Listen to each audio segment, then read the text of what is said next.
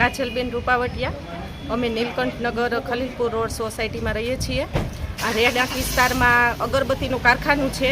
ત્યાં બ્લાસ્ટ જેવું થયું સમય 9:45 વાગે. એટલે હું સોફા ઉપર જ બેઠી હતી અને એ બારી ત્યાં જ અમારે કાચની છે. હું બેઠી હતી, મારી ઉપર જ કાચ આવ્યો હતો, પણ છે ને જારી હતી મચ્છરની, એટલે એ બહાર કાચ ન આવ્યા. બાકી આ રહેણાંક વિસ્તારમાં આવી રીતે કારખાના હોવા જ ન જોઈએ. એ ભાઈ છે ને 15 દિવસે તો અહીંયા અગરબત્તીના ઢગલા કરે છે, તો અમે મહિનો દિવસ તો રહી શકતા પણ નથી, તોય અમે એને કહેતા જ નથી. પણ અમારે તો 5 કાચ તૂટી ગયા છે. હોલના તો આખા સ્લાઇડરો છે તે પણ તૂટી ગયા છે. સાધન છે અમારા ગાડી કાર, એમાં પણ કાચની નુકસાની થઈ છે બધાને. તો આ હટાવો જ, અહીંયા કોઈ કારખાના હોવા જ ન જોઈએ અને અમારી જે નુકસાની છે તેનું ભરપાઈ કરી આપે. મનીષાબેન દવે.